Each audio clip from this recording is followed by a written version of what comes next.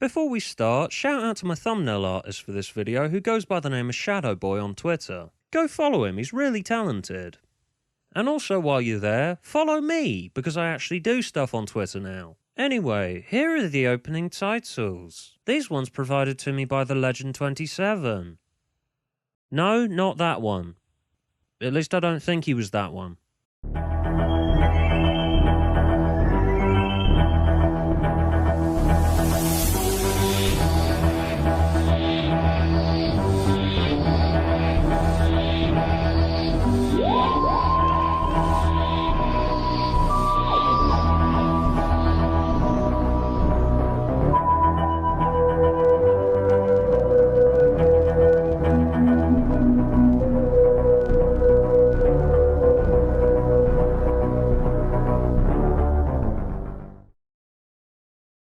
Back in 2013, a few weeks before it got revealed, I was highly skeptical of the rumours floating around that some of the then over 100 missing episodes of 60s Doctor Who had been returned to the BBC because I am a massive nerd for info about the archival status of old TV and had read all about this shit for years and was well aware of the fact that the chances of missing episodes showing up at all, let alone a full missing serial of Classic Who, were pretty slim, and the chances of these popular ones in particular showing up are almost nil because their circumstances were much worse than the ones that no one cares about, like the smugglers and the space pirates. So if we did get anything back, Murphy's Law, it would probably be these ones. I was proven wrong when Enemy of the World and most of Web of Fear got revealed, but it was still highly unlikely, so I do think I was right to be skeptical about the rumours, because someone stumbling across lost buried treasure is a massive fucking deal, and the disappointment that this particular brand of hype could lead to if the rumours turn out to be false, or never confirmed and we're hanging on to hope for years on end, is much, much worse than the regular type of hype, like say the marketing department of a company saying, "Oh my god guys, this movie is so good you're going to tear your own face off just to get a ticket."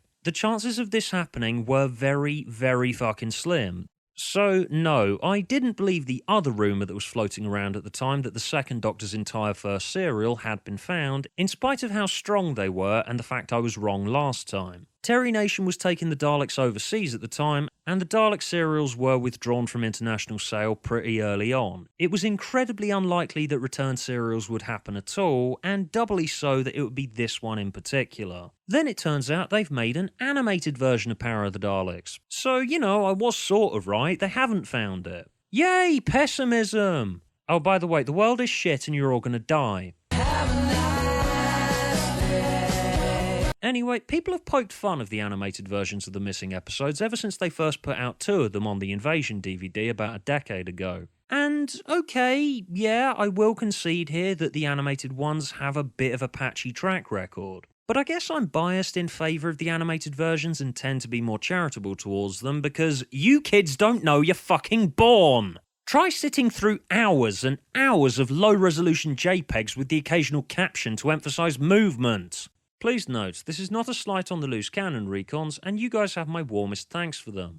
Now, all that being said, yes, I would either have to be blind or in a severe state of denial not to admit that the missing episode animation projects have been wildly inconsistent. And given these things are likely to be missing forever and you got all the time in the world to make them, the fact these projects keep being farmed out to different animation studios, most of whom had to work with ridiculously low budgets and or meet strict arbitrary deadlines for no good reason, just makes me think that someone high up probably should have stepped back a long time ago and actually thought about this and thought about the time frame and allocated the budget properly so we could at least get some degree of uniformity in these projects. Because loads of them look wildly different and the quality map's all over the fucking place. Most Whovians probably don't give a shit about how long we have to wait. We'd much prefer higher quality releases less frequently than something cheap and rushed, and as said, serials like Power of the Daleks in particular are probably going to be missing forever. You've got all the time in the world to make this shit. Power of the Daleks is almost 3 hours long and has no surviving episodes, and the animation team probably didn't have that much to go on. The animation on this DVD is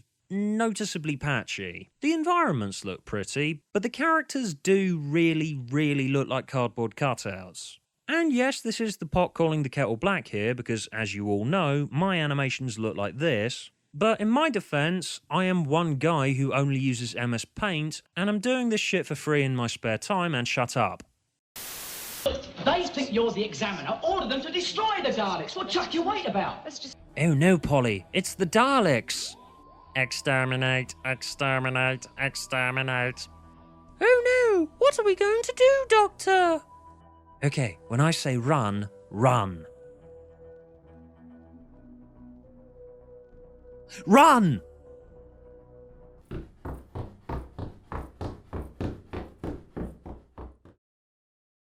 One thing that really bugged me was the facial animations. I mean, yes, Patrick Troughton's face is hard to do. He was a fairly unique face in British TV. I can't name many actors who looked or acted like him. But no matter the situation, throughout the duration he usually looks like this. Dum-da-dum-da-dum-da-dum-dum-da-dum.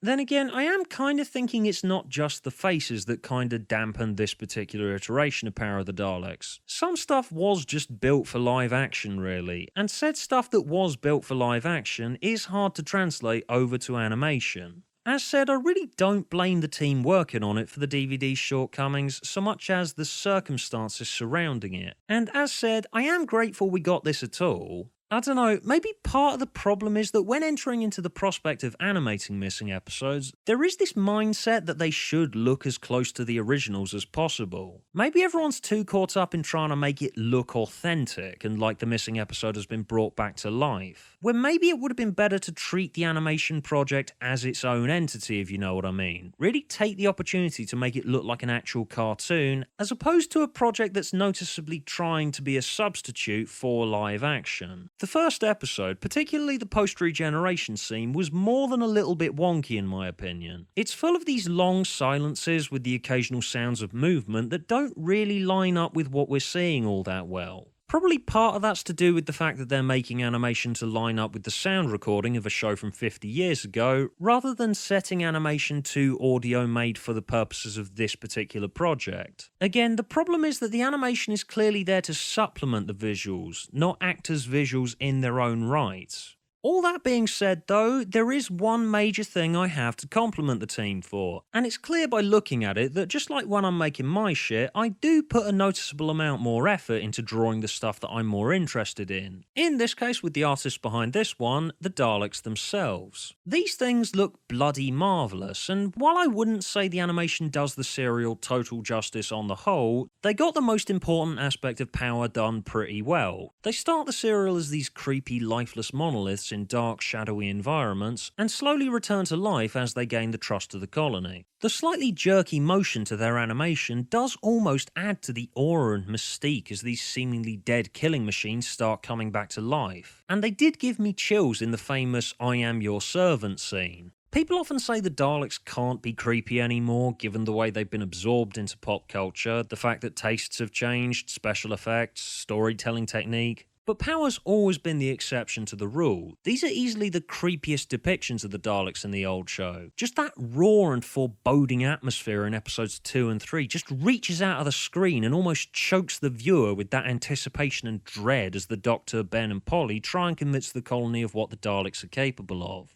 See, it is possible to make the Daleks scary. They're not just props for our characters to stumble past. They're inhuman monsters hiding in plain sight. As the serial goes on, I will admit that I did start to look past the flaws in the facial animations and was really getting into it. I mean, Power was always one of the more immersive missing episode soundtracks, and that hasn't changed for me. I mean, I've been used to visualising missing episode soundtracks for years, particularly Power, and, you know, being a Big Finish listener always adds to that, so I was always going to enjoy this one. Of course, a lot of the atmosphere is to do with the incredible music that was always there to begin with. As someone who listens to a lot of weird, foreboding industrial music, I've always been a fan of the sort of disconcerting noises that the people working on scoring 60s Doctor Who would often use to emphasise just that feeling of dread as the monsters slowly emerge into their roles in the piece. Power's reputation has mostly just been built on being the first one with the second Doctor, but I think its reputation should have been built on it being a master of pacing. Classic Doctor Who's not for everyone, modern TV is a lot more fast-paced, and if you're like me, you will appreciate the fact it really takes its time building tension.